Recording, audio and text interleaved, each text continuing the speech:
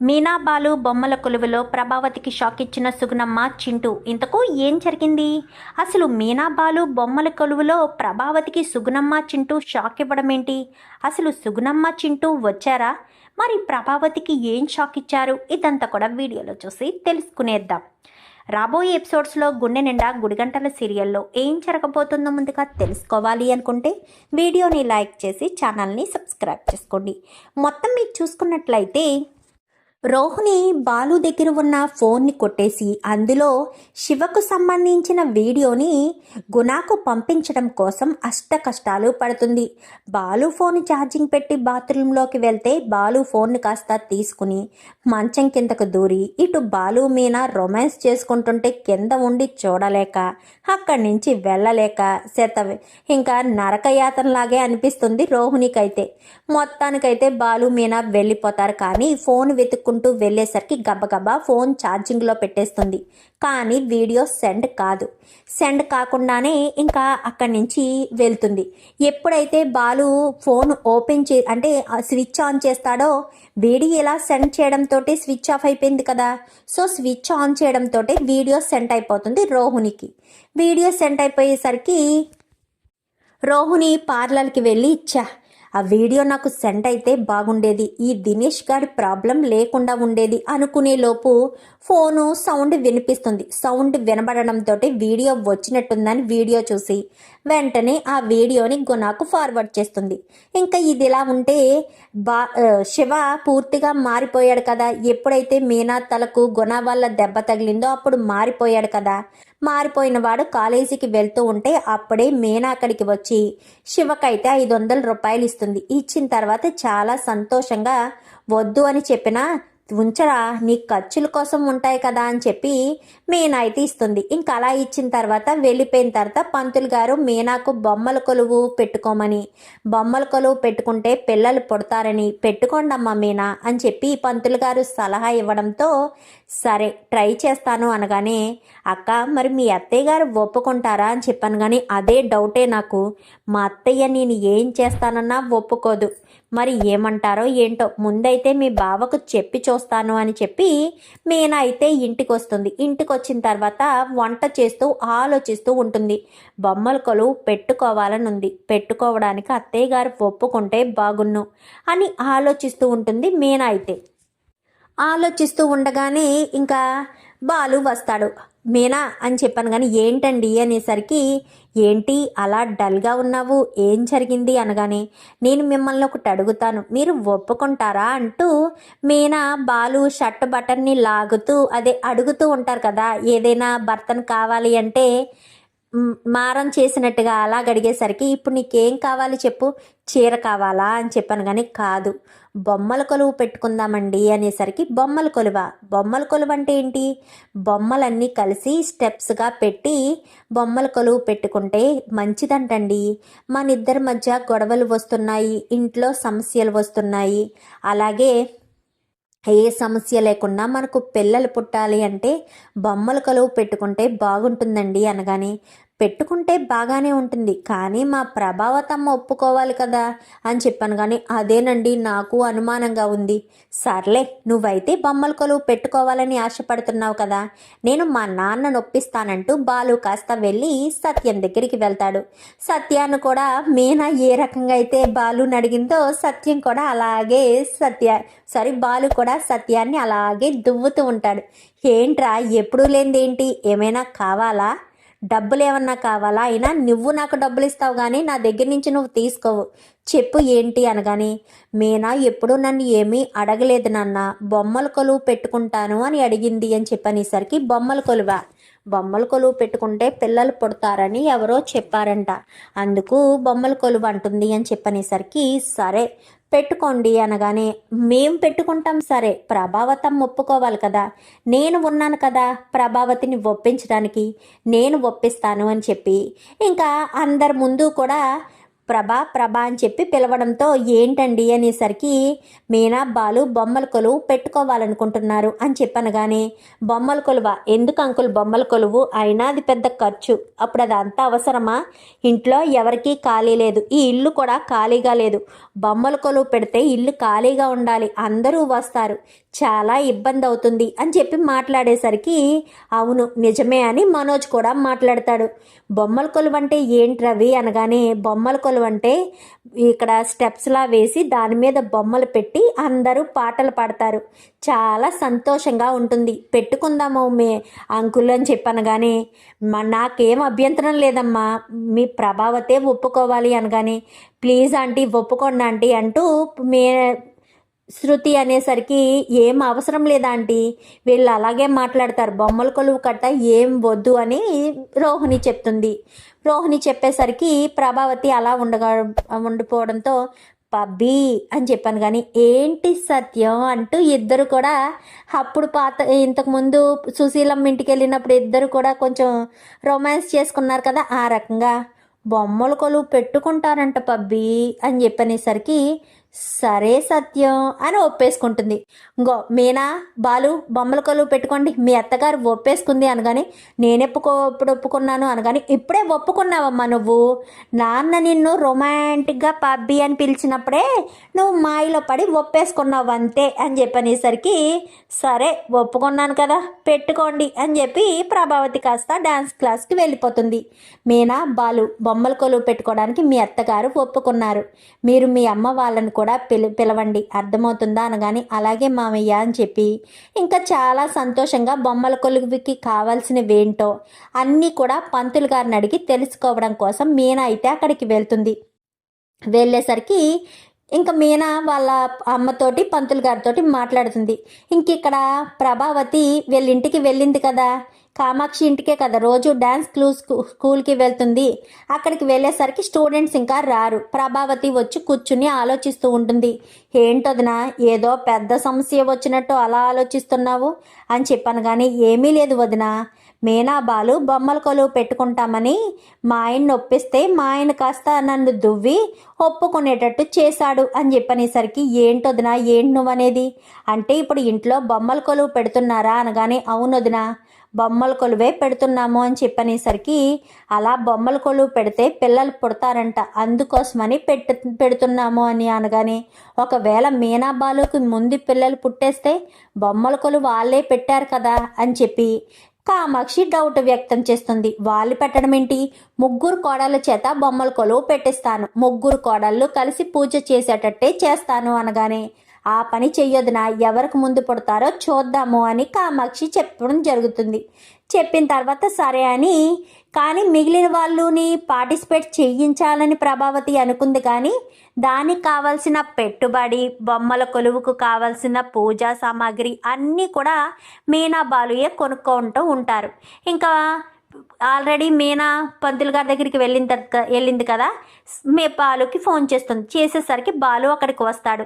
కావాల్సినవన్నీ చెప్పారని కానీ సరే మీనా కొనుక్కోవద్దాము అనగాని కానీ ఒకటి ఉండిపోయిందండి అనగాని ఇంకేముంది చెప్పు అనేసరికి అదే చింటూను రోహిణి సుగుణమ్మ గారిని పిలుద్దామండి, చింటూ చేత మనం కృష్ణుడి వేషం వేయిద్దాము బాగుంటుంది, వాడు చిన్నపిల్లోడు కదా కృష్ణుడి వేషం వాడికి చాలా చక్కగా ఉంటుంది, మనం ఒక్కసారి వాళ్ళ ఇంటికి వెళ్ళి పిలుద్దామండి అని చెప్పనగానే సరే పద అని చెప్పి మీనా బాలు ఇద్దరు కూడా బయలుదేరతారు.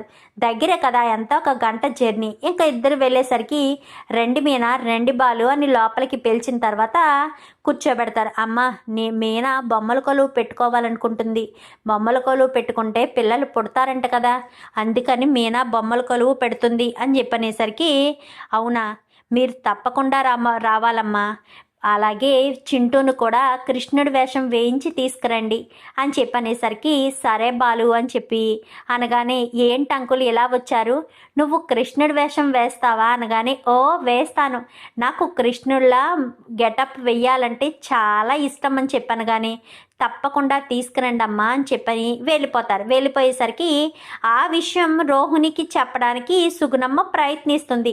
ఎన్నిసార్లు సుగుణమ్మ ప్రయత్నించినా రోహిణి మధ్య టెన్షన్లో ఉంది కదా, దినేష్ గారి టెన్షను, ఇక్కడ మనోజ్ టెన్షను, బాలు టెన్షను, ఈ టెన్షన్లో ఉండి ఫోన్ని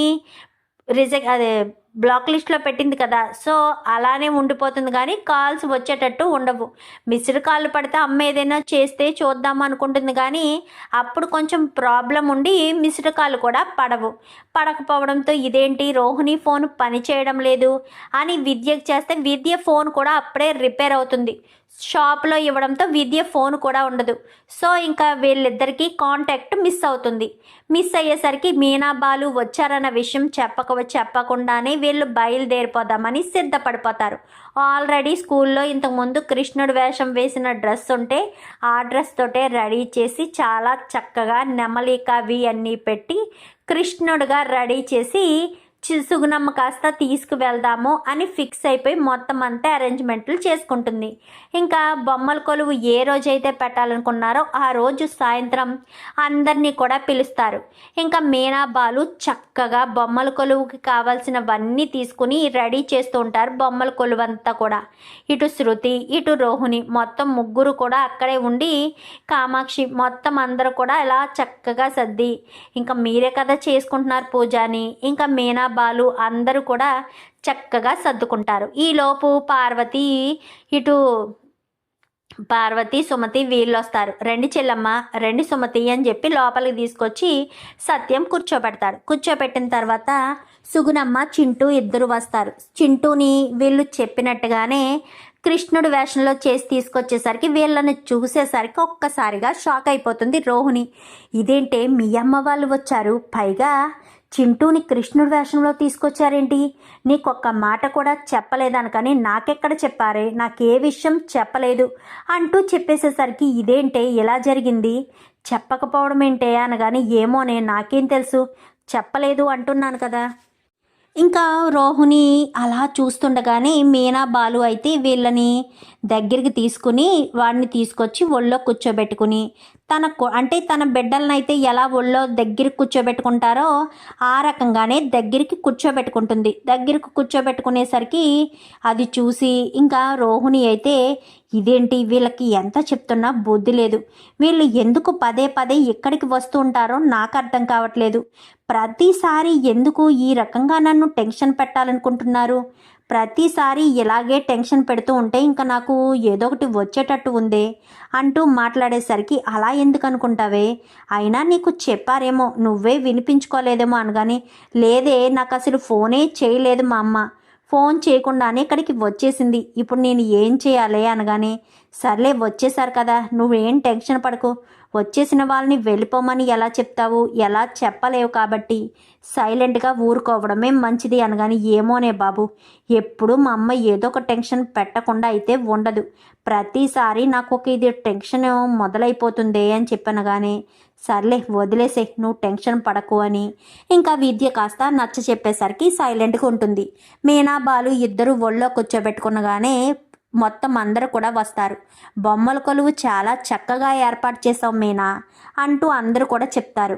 పాట పాడండి, ఎవరైనా పాట పాడండి అనగానే మాకు రాదు అంటూ చెప్తూ ఉండేసరికి ప్రభా పాట పాడొచ్చు కదా అని చెప్పడంతో ఇంకా పక్కింటి వాళ్ళు ఉంటారు కదా, ప్రభావతి వదిన నువ్వు పాట పాడని కామాక్షి అది చెప్పేసరికి ప్రభావతి పాట పాడుతుంది. ఆ పాట ఎంత ఘోరంగా ఉంటుందంటే చాలా ఘోరాతి ఘోరంగా ఉంటుంది పాట.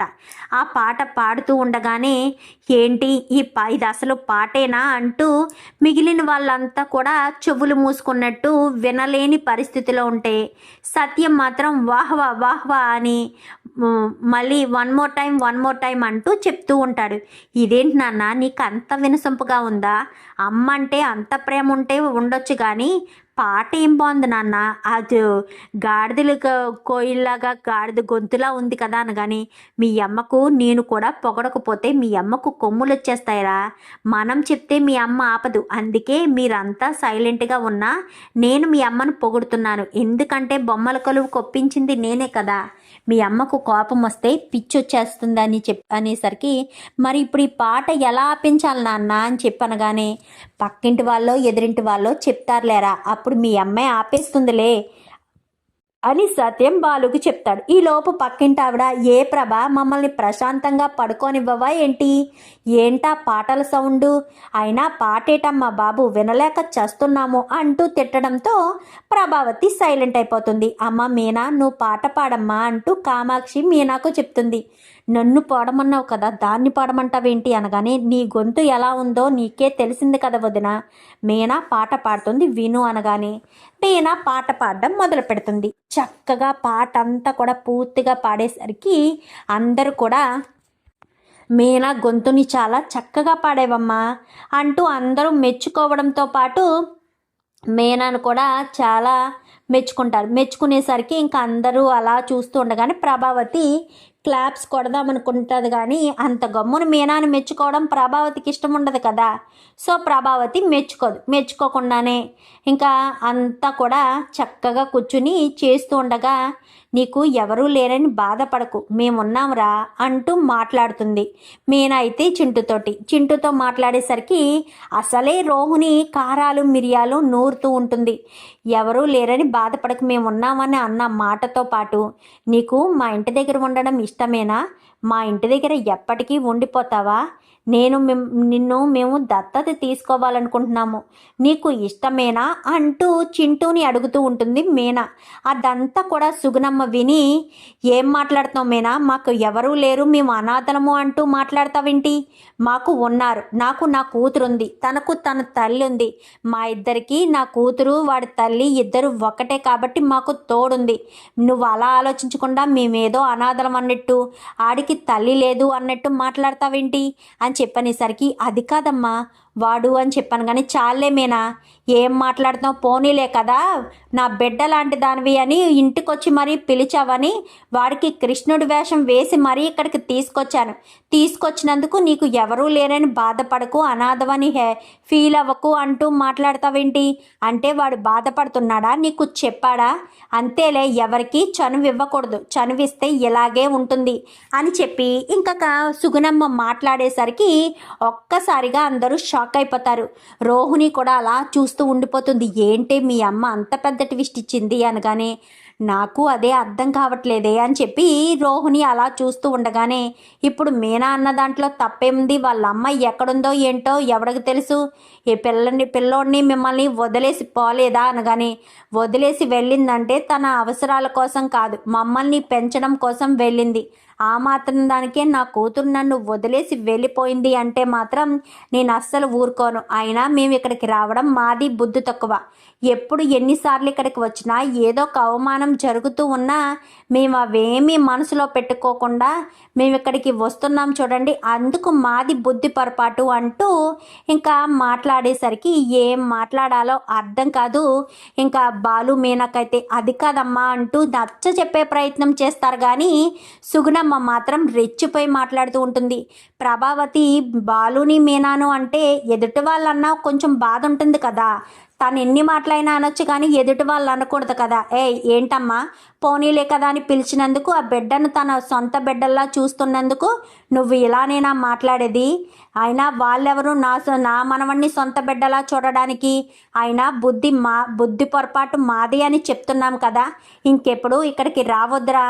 మనం ఇక్కడికి వచ్చి నువ్వు అనాథవి అంటూ నీకు పదే పదే గుర్తు చేసి నిన్ను బాధ పెట్టాలనుకుంటున్నారు వీళ్ళు బాధపడేటట్టు చెయ్యాలే తప్ప మనం బాధపడకూడదురా అంటూ మనవడికి నచ్చ చెప్తుంది సుగుణమ్మ.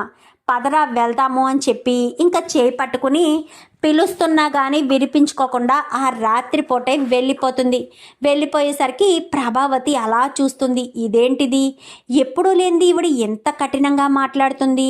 మీనా బాలులు ఆ పిల్లవాడిని కానీ ఆవిడ్ని కానీ ఎంతో ఆప్యాయంగా ఎంతో సంతోషంగా చూసుకుంటారు కదా, మరి అలాంటిది ఆవిడ ఆ రకంగా చేయడం ఏంటి అని అనుకుంటూ ఉంటుంది. ఇంకా ప్రభావతి అయితే రోహిణి తెగ సంతోషపడిపోతుంది. మీ అమ్మేని అలా మాట్లాడింది అనగాని, మా అమ్మ నాకు చెప్పొచ్చిందో చెప్పకుండా వచ్చిందో ఇక్కడికి వచ్చింది కదా, మీనా దగ్గర నా కొడుకుని చూసి నేను బాధపడుతూ ఉండడం చూసి తట్టుకోలేకపోయిందేమో. ఎంతైనా నేను కన్న కూతుర్ని కదా, నా మనసును బాధ పెట్టాలి అని ఎప్పుడూ మా అమ్మ అనుకోదు కదా. సో అందుకని మీనా బాలులకి ఇలా గుణపాఠం చెప్పుంటుంది. లేదంటే మా అమ్మ అసలు చెప్పే రకమే కాదు. అసలు ఈ రకంగా మా అమ్మ ఎవరితోనే మాట్లాడింది లేదు. వీళ్ళతోనే ఫస్ట్ అంటూ ఇంకా రోహిణి కాస్త విద్యతో చెప్తుంది. విద్యతో చెప్పేసరికి ఏమోనే బాబు, మీ అమ్మగారు ఎప్పుడు ఎలా ప్రవర్తిస్తారో ఎవరికీ తెలీదు. అయినా మీ అమ్మ అలా మాట్లాడడం ఏంటో నాకు ఆశ్చర్యం కలుగుతుంది అనగానే, చెప్పాను కదా మా అమ్మకు ఇదంతా కామనేలే, దీని గురించి ఆలోచించుకు, మా అమ్మ ఏదో మనసులో పెట్టుకునే ఇలా మాట్లాడింది, సర్లే ఇంక మనం వెళ్దాం పదా అని చెప్పాను. కానీ ఇప్పుడే కదా మీ అమ్మాళ్ళు వెళ్ళారు, వెనకాలే నువ్వు వెళ్తే నీ వెనకాల ఎవరైనా వచ్చి బాగా నిన్ను బుక్ చేస్తారు. పైగా అందరూ కూడా ఇక్కడే ఉన్నారు, నువ్వు వెళ్తే అనుమానం వస్తుంది, నోరు మూసుకుని ఉండు అని చెప్పి ఇంకా విద్య చెప్తుంది. చెప్పేసేసరికి వాళ్ళు వెళ్ళిపోతారు. వెళ్ళిపోయిన తర్వాత మీనా మీనా అయితే ఏడ్చుకుంటూ లోపలికి వెళ్తుంది. ఒరే బాలు, వెళ్ళు మీనాని ఓదార్చు, పాపం మీనా ఏదో మంచి చేయాలని చూస్తే చెడెదురైనట్టుగా ఈ రకంగానే తయారవుతుంది అని చెప్పి ఇంకా బాలు అయితే అనుకుంటాడు. ఇంకా రోహిణి గదిలోకి వచ్చేసి సుగుణమ్మకు ఫోన్ చేస్తుంది. ఫోన్ చేసేసరికి, ఏంటమ్మా అలా మాట్లాడేవేంటి మీనాతోటి అనగానే, మీనాతో అలా మాట్లాడమే కదా నీకు ఇష్టమమ్మా, మీనా వీడి మీద ప్రేమలు పెంచుకుంటుందనే కదా నువ్వు చూసి తట్టుకోలేకపోతున్నావు.